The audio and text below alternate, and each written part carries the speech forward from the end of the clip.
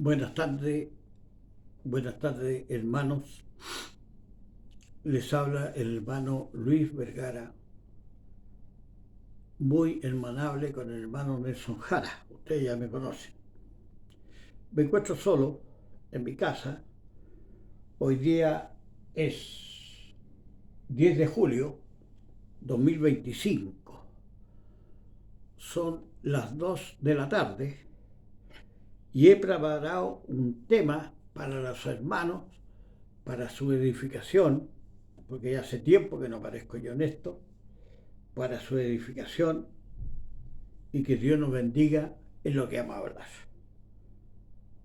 Se saluda a todos, que tengan buena salud, que no tengan tantas dificultades. Sabemos que somos pobres y tenemos que conformarnos con el abrigo y la comida. El tema: la siembra y la cosecha. Lo primero que tengo que decir, antes que se siembre y obviamente antes que se coseche, mucho antes, la tierra, para que dé toda su potencia, como le fue dicho a Adán, que la tierra no te va a dar toda la fuerza.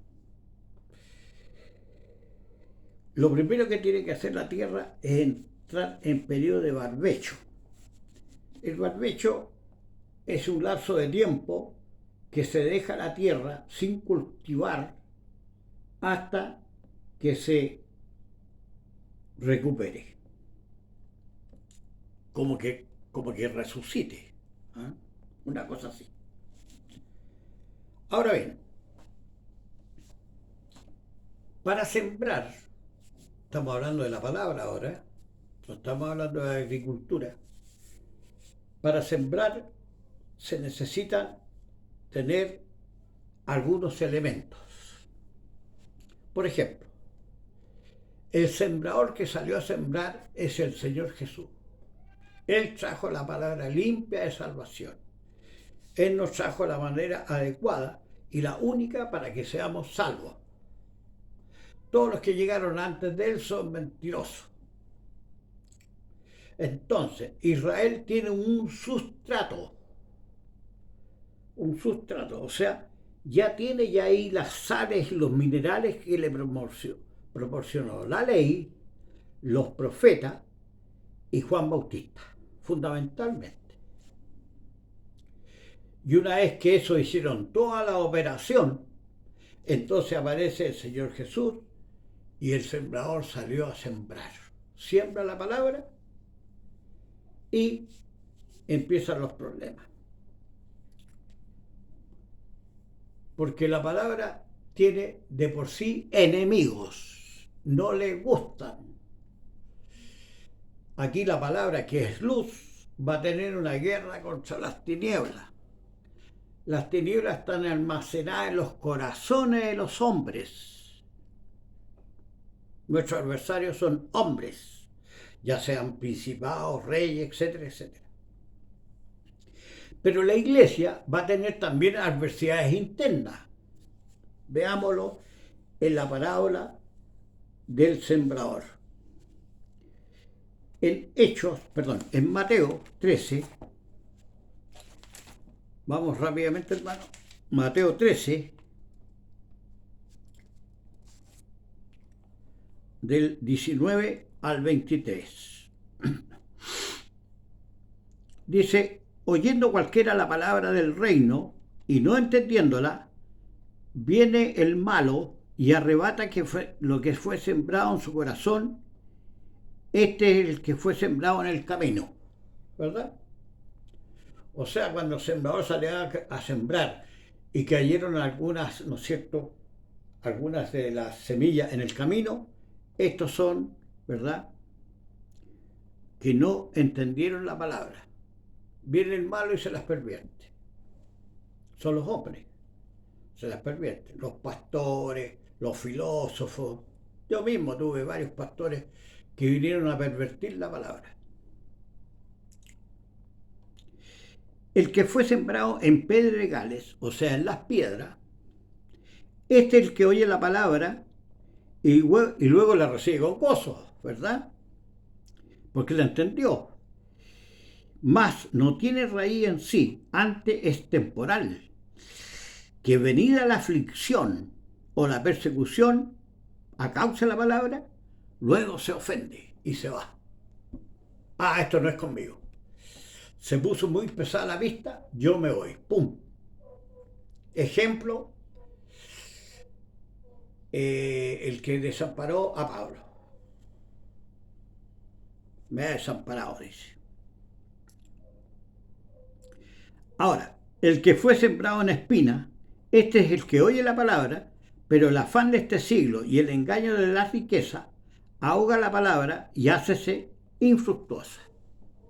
O sea, no da fruto porque el hermano se dedicó a este circo. Las riquezas, ¿no es cierto? Los engaños, ¿ya? Se pusieron a fornicar, fiesta, tomatera, ¿ya? Entonces la palabra se hace infructuosa. Él la sabe, pero prefiere allá su compadre y juntarse con la Mireya. Mas el que fue sembrado en buena tierra, este el que oye y entiende la palabra y que lleva fruto, y lleva a uno a 100, a otro a 100, 160 y a otro a 30. Entonces, es muy escaso, hay un remanente muy pequeño que hace caso realmente a la palabra, a pesar que la persona es pobre y tiene apuradito su pan y su techo y su abrigo, ese procura alcanzar el reino de Dios. No le toma en cuenta entonces los afanes de este siglo, el amor al mundo, ¿verdad? Los ídolos, la riqueza. Esos son los adversarios de la iglesia. Esos son los verdaderos adversarios. Y a estos adversarios que acabo de presentar se aparece la adversidad a lo mejor que más cuesta combatir. Lo vamos a leer en la siguiente parábola. El trigo y la cizaña. En Mateo 24, Mateo 13, Mateo 13, del 24 al 30. Otra parábola les propuso, diciendo, el reino de Dios es semejante al hombre que siembra buena simiente en su campo. ¡Ojo! Cristo trajo buena simiente. Mas durmiendo los hombres, o los hombres durmiendo en qué sentido, empezaron a escuchar pesadamente, le empezaron a vender la pomada. Mas durmiendo los hombres, vino su enemigo, o vino un falso maestro, y aquí hay miles de estos, a la redondez de la tierra son millones, que están sembrando cizaña. Mas durmiendo los hombres, vino su enemigo y sembró cizaña en el trigo y se fue. Esos son los falsos maestros. Y como la hierba salió e hizo fruto, entonces apareció también la cizaña. Llegándose los siervos del padre de la familia, dijeron, Señor, ¿no sembraste buena simiente en tu campo? ¿Por qué pues tienes cizaña? Y él les dijo, un hombre enemigo, un falso maestro, ¿no es cierto? O como dice en parábola el apóstol Juan, un hijo del diablo hizo esto. Un hijo de la carne. ¿Verdad? Entonces, hasta aquí hemos planteado el tema en los siguientes términos.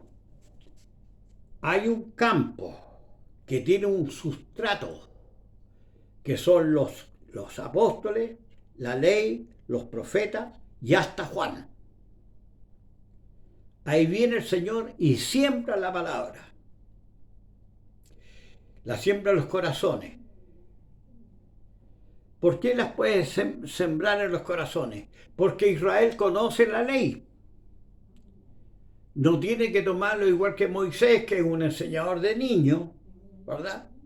Sino que Cristo, como un buen rabí, ¿no es cierto?, que domina, como un buen escriba, que toma cosas de lo antiguo y de lo nuevo, viene este rabí, ¿no es cierto?, siembra la palabra en este sustrato mental que tienen los judíos, de la ley, los profetas, y hasta Juan.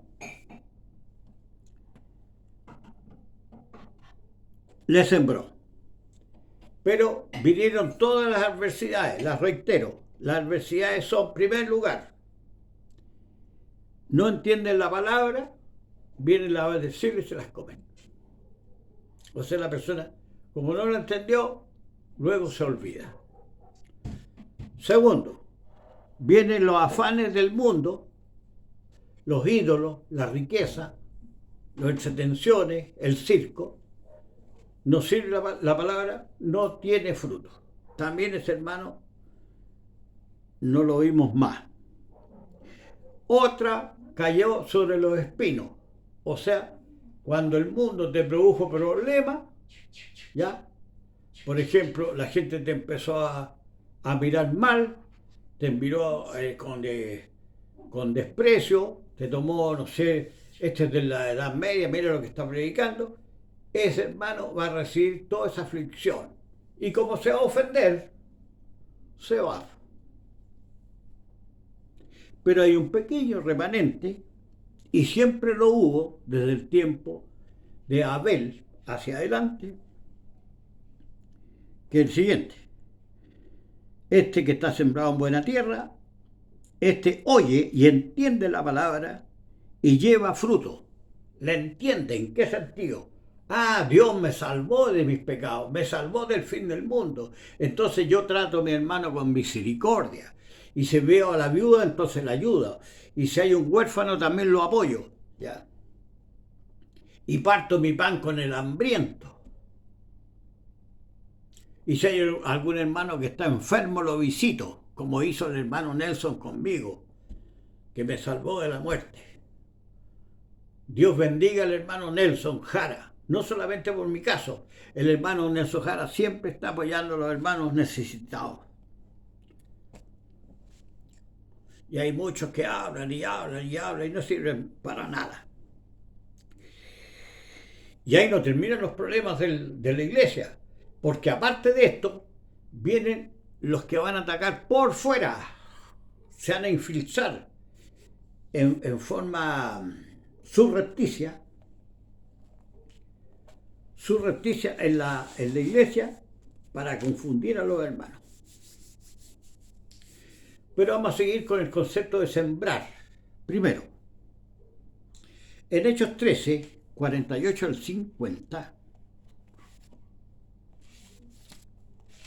conviene prestarle atención.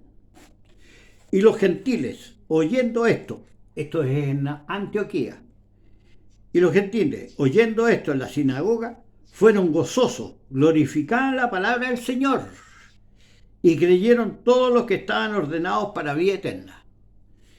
Esos que con esfuerzo, ¿no es cierto?, retienen la palabra a pesar de su pobreza, a pesar de las aflicciones, a pesar del dolor que les produce, ¿no es cierto?, y la burla del mundo. Esos, ¿verdad?, esos escucharon con gozo y dice, fueron ordenados para vida eterna. Y la palabra del Señor era sembrada en toda esa provincia.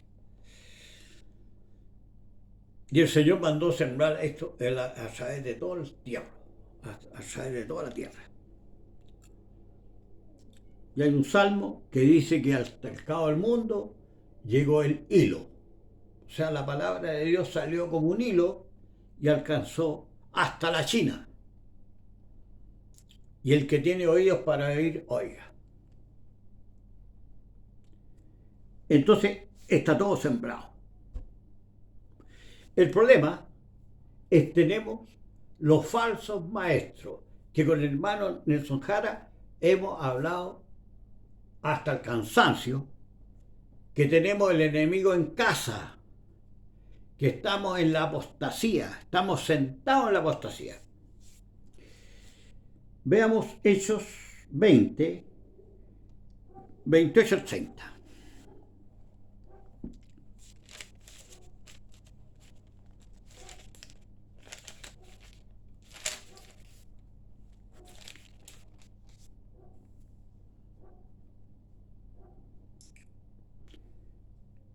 Por tanto, dice Pablo, mirad por vosotros y por todo el rebaño en que el Espíritu Santo os ha puesto por obispo para apacentar la iglesia del Señor, la cual ganó por su sangre.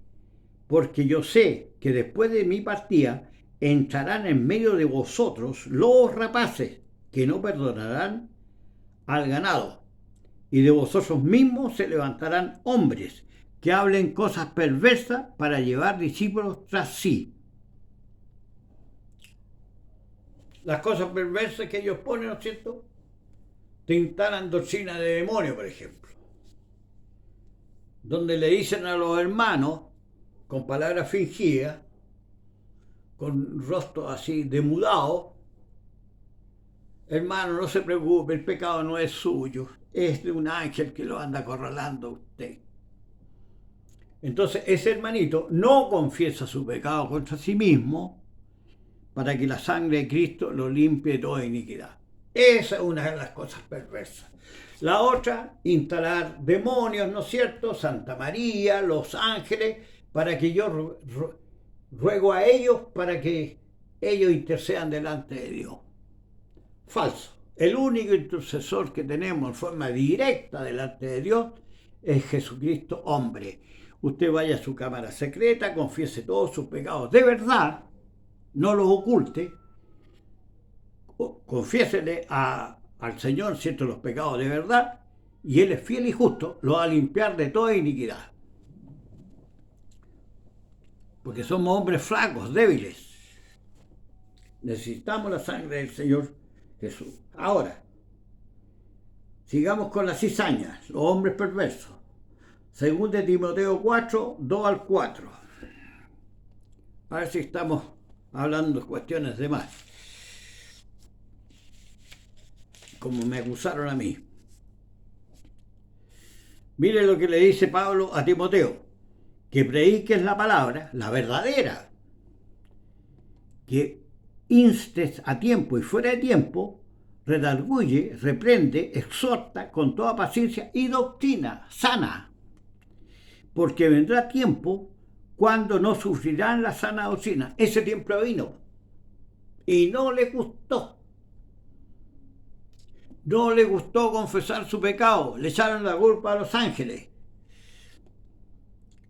Porque vendrá tiempo cuando no sufrirán la sana doctrina. Antes, teniendo comezón de oír, se amontonarán maestros conforme a sus concupiscencias. Esas son sus doctrinas, ¿verdad?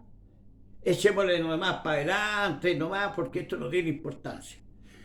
Y apartarán la verdad del oído y se volverán a la fábula. Esa es la definición de apostasía. Cuando la persona deja de oír la palabra de Dios y se vuelve a ver cómo el diablo es culpable, a ver. Ya, esos son los hermanos que están en apostasía. Otro argumento, 2 Timoteo 3, del 6 al 9.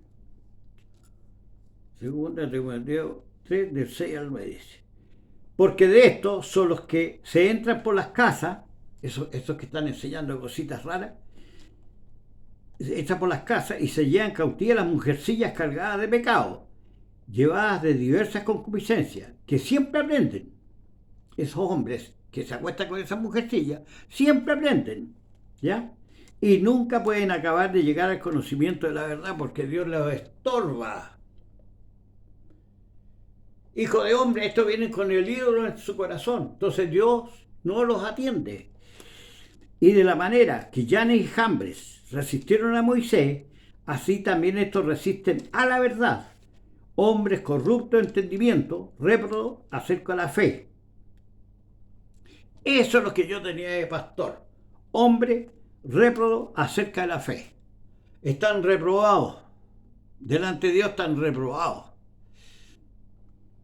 Porque no enseñan a la iglesia a confiar que la sangre de Cristo le quita todos los pecados que le son propios a la iglesia. No son de los ángeles. Ahí tenemos ese testimonio. Y por supuesto, el principal de todo, cuando Pablo en 1 Timoteo 4, del 1 al 2, le dice a Timoteo lo siguiente: pero el Espíritu dice manifiestamente que en los venideros tiempos algunos apostatarán de la fe, escuchando espíritus de error y a doctrinas de demonios. Que el demonio tiene este poder, que el demonio tiene este otro poder, que es porque el demonio aquí y el demonio allá. Y la Escritura dice que los demonios no son nada. ¿Ya? Los demonios eran los ídolos que adoraba Israel en la antigüedad. Si alguien quiere, ¿no es cierto?, porque anda muy perdido con esto, quiere un testimonio directo para que se deje de jugar con tierra, Segunda de Crónicas 11, versículos 14 y 15, cuando los levitas tuvieron que abandonar las ciudades porque las tribus las dominó Jeroboam, que se fabricó 2 ídolos de oro. Entonces, y los levitas dejaban sus ejidos y sus posesiones y se venían a Judá, donde no estaban los demonios, los ídolos, a Jerusalén. Pues Jeroboam, el que tomó el reino de las 10 tribus, y sus hijos le enseñaban les echaban del ministerio del Señor, y él hizo sacerdotes propios para los altos, ¿verdad?, para los altares, y para los demonios, y para los becerros que él había hecho. Entonces, los demonios son becerros de oro que él había hecho. Usted que creía que los demonios andan por aquí y por acá, falso. Son figuras, ¿verdad?, que adora la gente en muchas partes. Esta es una pequeña pincelada. Sigamos con el asunto de los falsos maestros que acosan a la iglesia. Segunda de Tesalonicenses 2. Segunda de Tesalonicenses 2.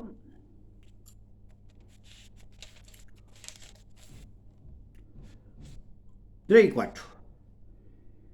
No se engañe nadie de ninguna manera, porque no vendrá Jesucristo sin que venga antes la apostasía. Ya estamos en la apostasía. Apartaron el oído de la verdad. Se volvieron a la fábula. Que el demonio aquí, el demonio allá y todas las cabezas de pescado. Y se manifiesta el hijo de pecado, el hijo de perdición. ¿Verdad? Se supone que aparece la bestia y todas esas cosas que aparecen en Apocalipsis.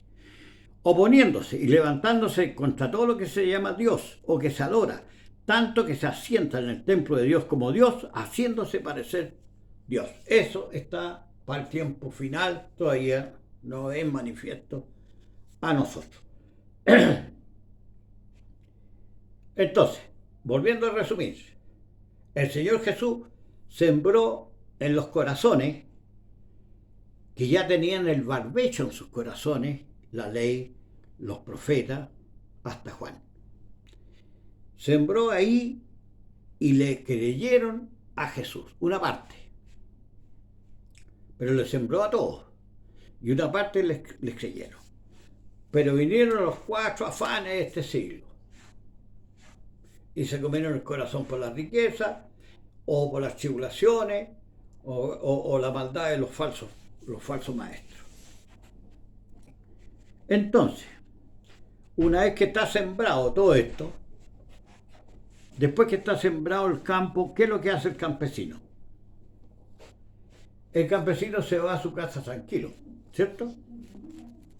Entonces viene Dios y le manda la lluvia. ¿Estamos bien?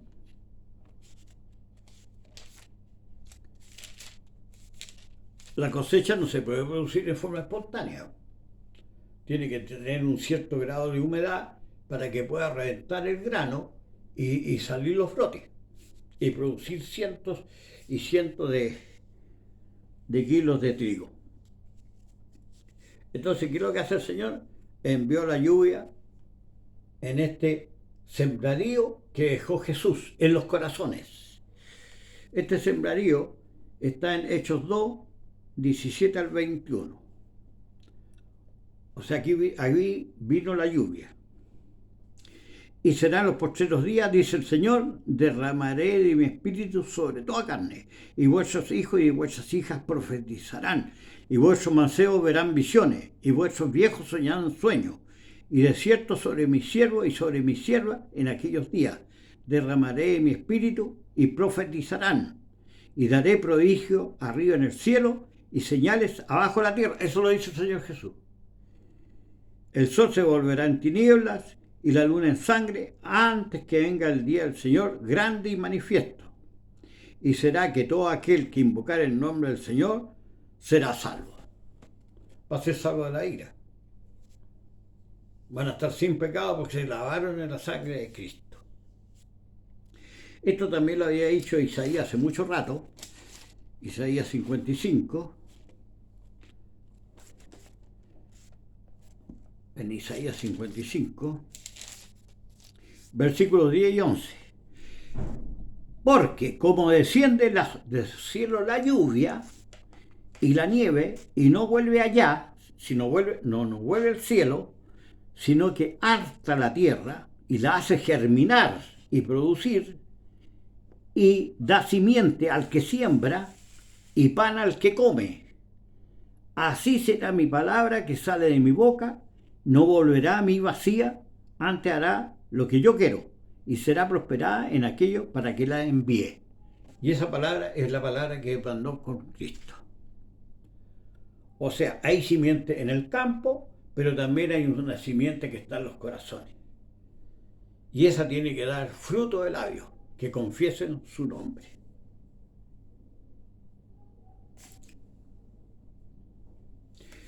En dos palabras, Cristo sembró y despertó al pueblo. El pueblo tenía la aflicción de los 4 imperios encima: Babilonia, Medo-Persa, Grecia, Roma. 4 reinos espantosos sobre Israel. Ya cuando llegó el colmo de su agonía, entonces venía el cumplimiento del tiempo.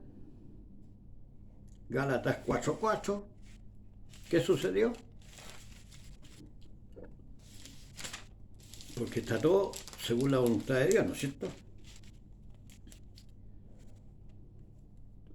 Más venido el cumplimiento del tiempo, Dios envió a su Hijo, hecho de mujer, hecho súbito a la ley, para que redimiese a los que estaban debajo de la ley, a fin que recibiésemos la adopción de hijos.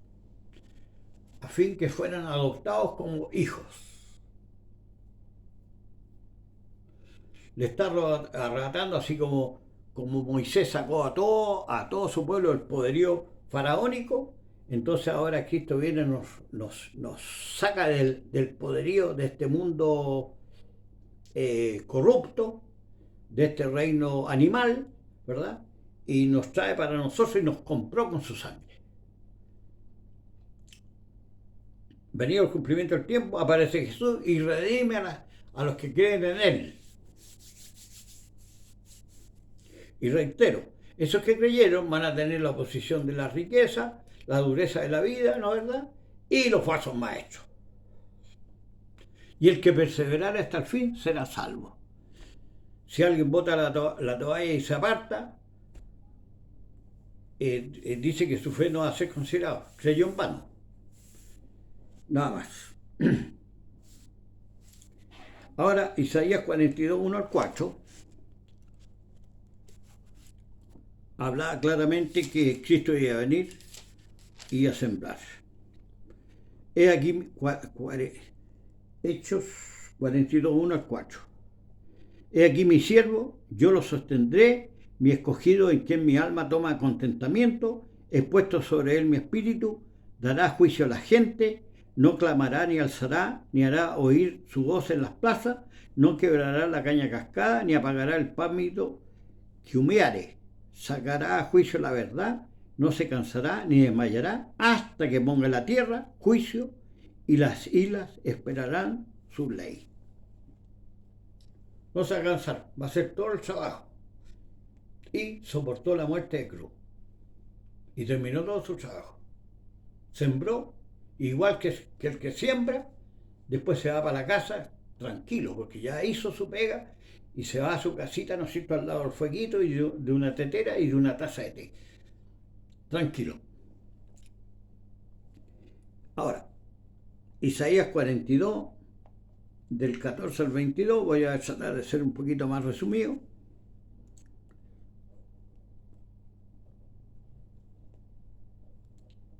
Tornaré en soledad monte y collado, haré secar toda su hierba, los ríos tornaré en isla y secaré los estanques. Y guiaré los ciegos por camino que no sabían. Eso es lo que hizo el Señor Jesús. Haréles pisar por las sendas que no habían conocido. O sea, fueron siempre rebeldes y se desviaron. Delante de ellos tornaré las tinieblas en luz. Eso también lo hizo el Señor Jesús. Nos trasladó de las tinieblas, ¿verdad?, a la luz perfecta, como sale en Colosenses 1:13, si alguien quiere verle.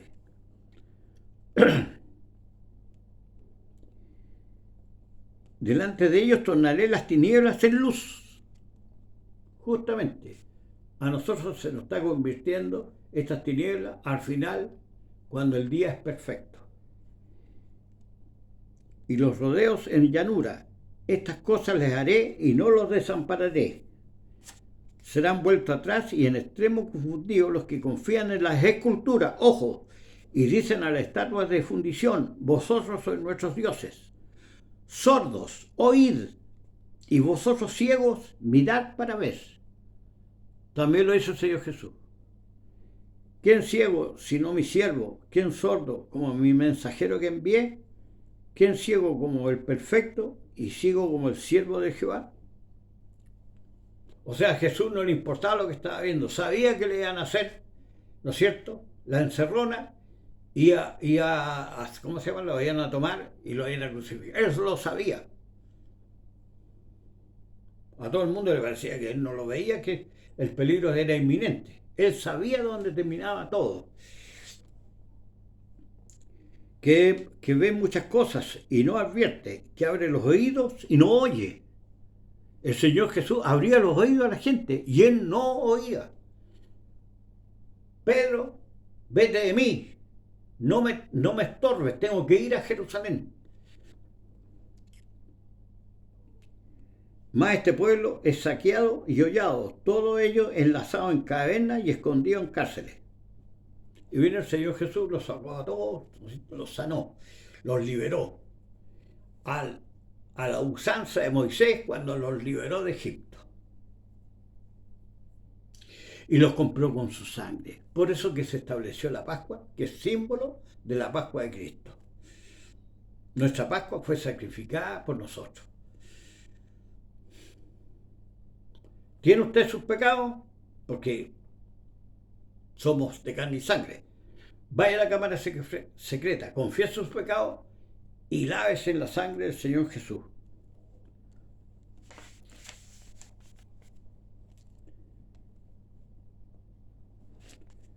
Isaías 49, 8 al 12.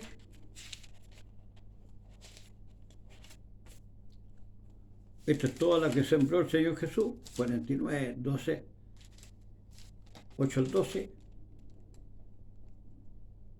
Así ha dicho el Señor Dios, en hora de contentamiento te oí, y en el día de salvación te ayudé, y guardarte he. Te daré por alianza del pueblo, para que levantes la tierra, y para que heredes asoladas heredades. En eso encontró Jesús el pueblo de Israel, pues en el fondo del abismo. Para que digas a los presos, salid, y a los que están en tinieblas, manifestaos. Como está en tinieblas, entonces que se manifieste. Al ver, al mirar. Los caminos serán apacentados y en todas sus cumbres será su pastor. No tendrán hambre ni sed, ni el calor ni el sol lo afligirá. Eso lo dice Apocalipsis, ¿cierto? los que tiene de ellos misericordia, los guiará y los conducirá a manaderos de agua. Lo mismo que dice Juan en Apocalipsis, es el fin del mundo. Cuando se acaba toda la, ¿no es cierto?, la oscuridad y la maldición de este siglo. Veamos el Salmo 56:13, que nos puede ayudar un poco. 56:13, diciendo el salmista al Señor: porque has librado mi vida de la muerte y mis pies de la caída, y para que ande delante de Dios en la luz de los que viven. Entonces la luz es de los que viven, no los que van a quedar postrados en la muerte, como planteó el hermano en el tema de antayer. Ahora, Salmo 97:11.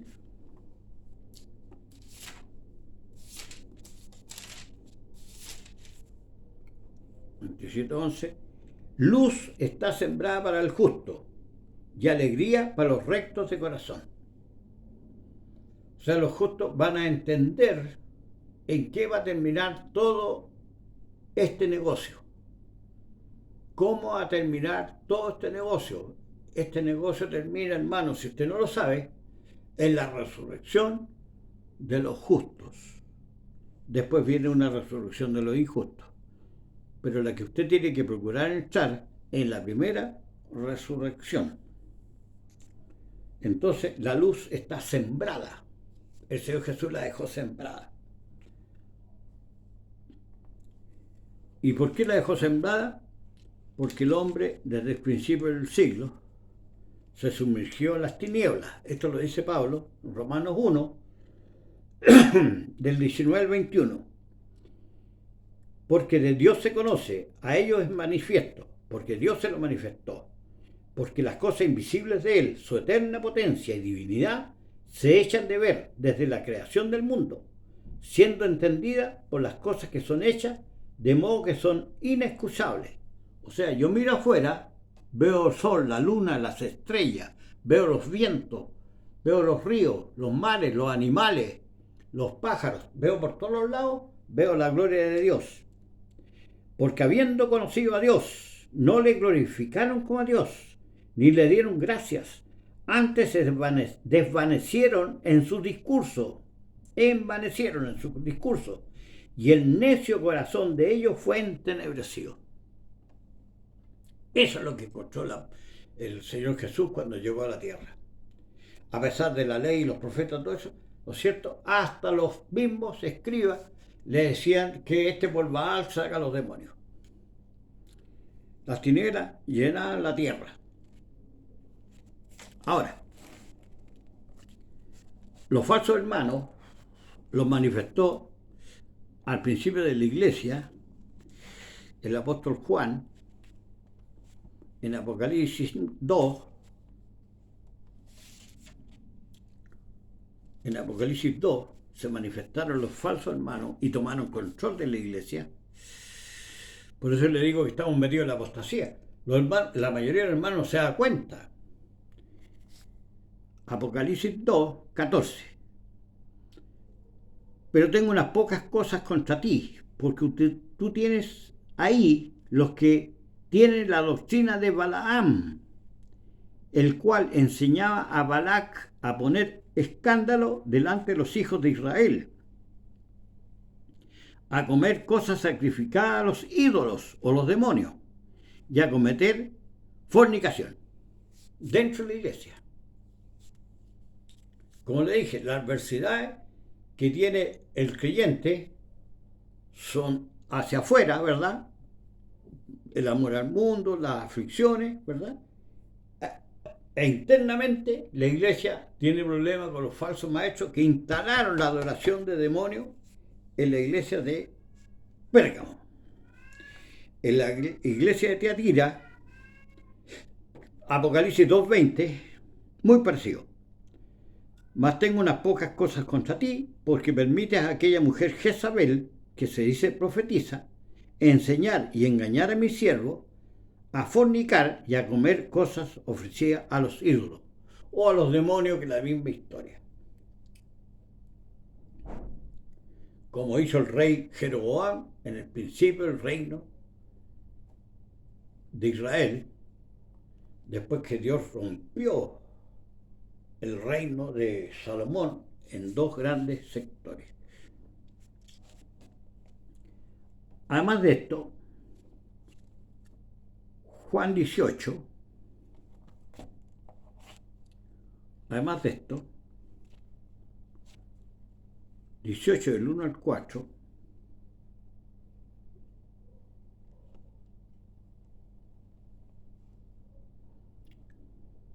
aquí tenemos uno que está interno a la iglesia y traicionó a la iglesia. Juan 18 del 1 al 4, del 1 al 3. Como Jesús hubo dicho estas cosas, se salióse con sus discípulos tras el arroyo del Cedrón, donde estaba un huerto, en el cual entró Jesús y sus discípulos. Y también Judas, que le entregaba, sabía aquel lugar, porque muchas veces Jesús se juntaba allí con sus discípulos. Judas, pues, tomando una compañía y ministro de los pontífices y de los fariseos, vino allí con linterna y antorcha y con armas. Empero Jesús, sabiendo todas estas cosas que habían de venir sobre él, salióse delante y les dijo: ¿a quién buscáis? Heriré al pastor, la oveja no salir dispersa. Lo hemos entendido bien esa parte. También el apóstol, ahí tenemos entonces un enemigo interno que tenía Cristo. Esto estoy tratando de decir. El apóstol Pedro también dice que vamos a tener enemigos internos, los falsos maestros. Yo tuve personalmente dos falsos maestros, en la iglesia adventista y en Jehová Justicia Nuestra. Mire lo que dice Pedro en 2 de Pedro 2, es muy conocido.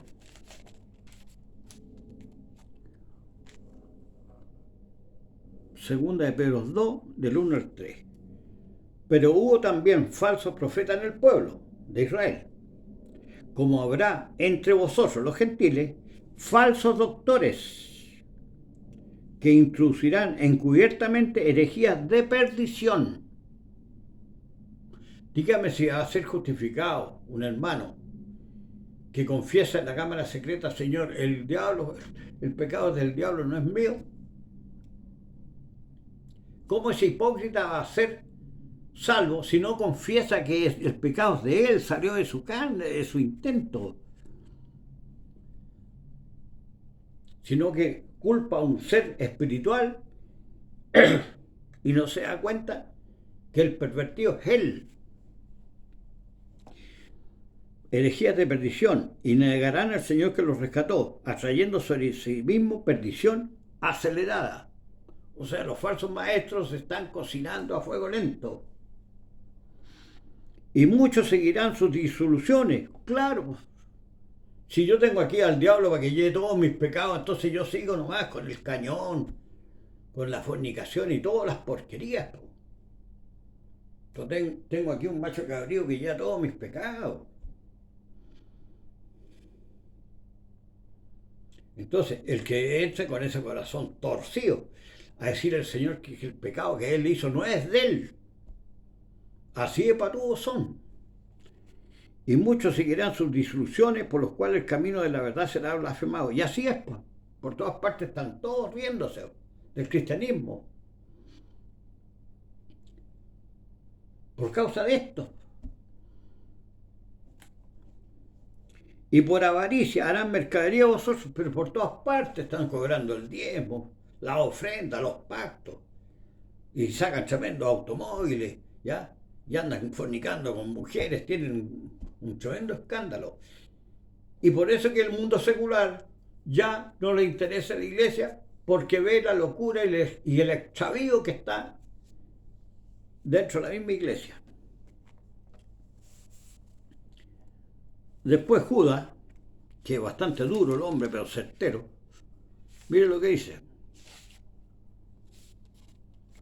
A ver si despertamos alguno de estos días. Mire lo que dice. Judas 8. y 11. Hay un puro capítulo. Judas 8, versículo 8 y versículo 11. De la misma manera también estos soñadores amancillan la carne. Están dentro de la iglesia. Amancillan la carne y menosprecian la potestad y vituperan las potestades superiores. Un ángel de Dios, o sea, toda su porquería, su inmundicia, salpican a los ángeles de Dios. Ahora, en el versículo 11, hay de ellos porque han seguido el camino de Caín.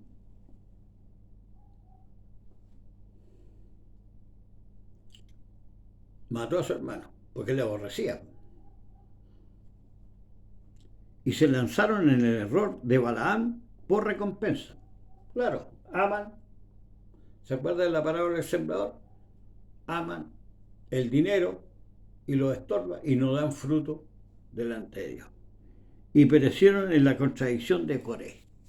O sea, estos están tratando de tomar el señorío, como sucedió ahí en Apocalipsis, que tomaron el señorío, incluso en cierta parte dice que el trono es Satanás. ¿Cómo será? O sea, los adversarios. Y se hicieron el negocio ahí, mientras Juan estaba en la isla de Patmos. No podía hacer nada. Sabía nomás que su iglesia se estaba yendo a la apostasía. Ahora, no sé cuánto tiempo nos queda, tenemos el tiempo de la cosecha. Lo que hemos hablado es el sembradío, ¿ya? Lo que se sembró. Tiempo de la cosecha. Apocalipsis 14, llegamos al capítulo, al librito que a mi hermano le gusta mucho. Apocalipsis 14, 15 y 16.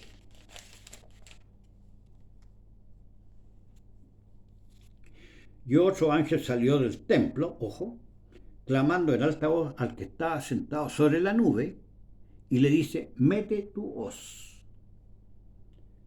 El que está sentado en la nube es Cristo. El único que sabe el día del fin del mundo es el Padre. Entonces del templo sale un ángel que le dice, el Padre ya determinó la cosa, es el fin. Mete tu hoz y ciega, porque la hora de cegar te es venida.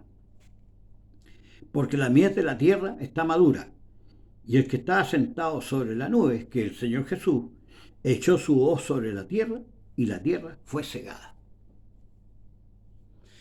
Estarán durmiendo dos en una cama. Uno será tomado y el otro será dejado. Estarán sembrando en el campo dos. Uno será tomado y el otro será dejado. Ya, esa es la primera resurrección. Ahora viene la segunda resurrección. Y salió otro ángel del templo también, que está en el cielo, teniendo también una hoz aguda. Y otro ángel salió del altar, el cual tenía poder sobre el fuego, y clamó con gran voz al que tenía la hoz aguda, diciendo, mete tu hoz aguda y bendime a los racimos de la tierra, porque están maduras sus uvas. Y miren lo que va a pasar. Esta es la segunda resurrección. Y el ángel echó su hoz aguda en la tierra, y vendimió la viña de la tierra, y echó la uva en el grande lagar de la ira de Dios. Como que aquí se acabó el circo mundano. Y el lagar fue hollado fuera de la ciudad. Ojo, no están dentro, están fuera, están excluidos. Afuera será el lloro y el crujir de dientes. Examinen las palabras del Señor Jesús y se va a dar cuenta. Y del lagar salió sangre hasta los frenos de los caballos por 1600 estadios. Cosecha. La cosecha. Los que sirven a Dios, primera resurrección. Siervos de Dios. Van a estar en el templo, ahí van a estar en el mar de vidrio, delante del que lo había rescatado, alabando las salvaciones de nuestro Dios y del Cordero. Los otros, ¿verdad? El lloro y crujir de dientes. Estas son las dos resurrecciones. Esto también lo había dicho Daniel, que hay dos resurrecciones. Daniel 12, Estamos terminando, hermano, justo una hora. Daniel 12.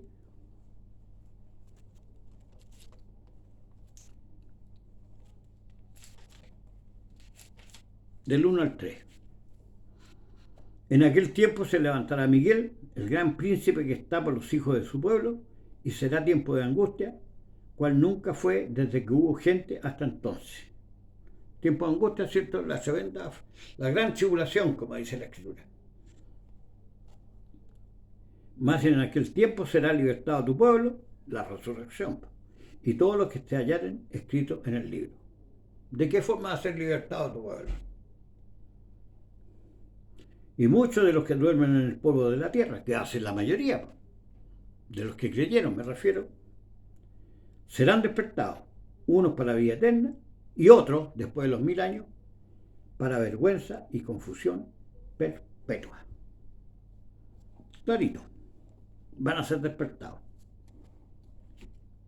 Entre paréntesis, te lo digo, que cuando muere un hermano en la fe, está esperando en el polvo, como predicó el hermano anteayer, en el polvo de la tierra. La muerte tiene un poder muy grande, retiene el muerto ahí, en el polvo.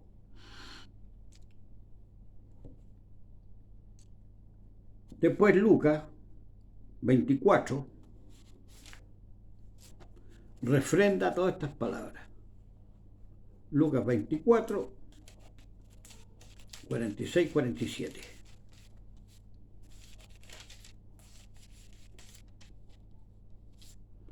Y les dijo el Señor Jesús, así está escrito y así fue necesario que el Cristo padeciese y resucitase de los muertos al tercer día.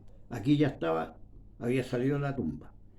Y que se predicase en su nombre el arrepentimiento y la remisión de pecados en todas las naciones, comenzando de Jerusalén.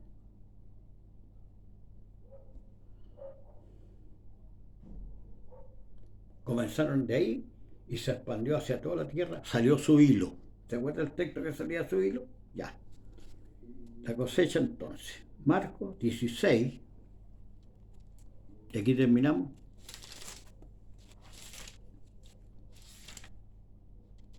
Marcos 16, 15 y 16.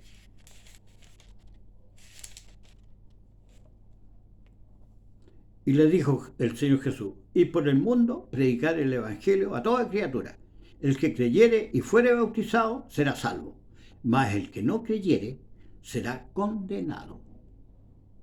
Aquí hay dos montones. Dos montones. Trigo y paja. Y la paja, vaya usted a ver el campo, la juntan en montones y las queman. Y eso es todo. Esa es la cosecha.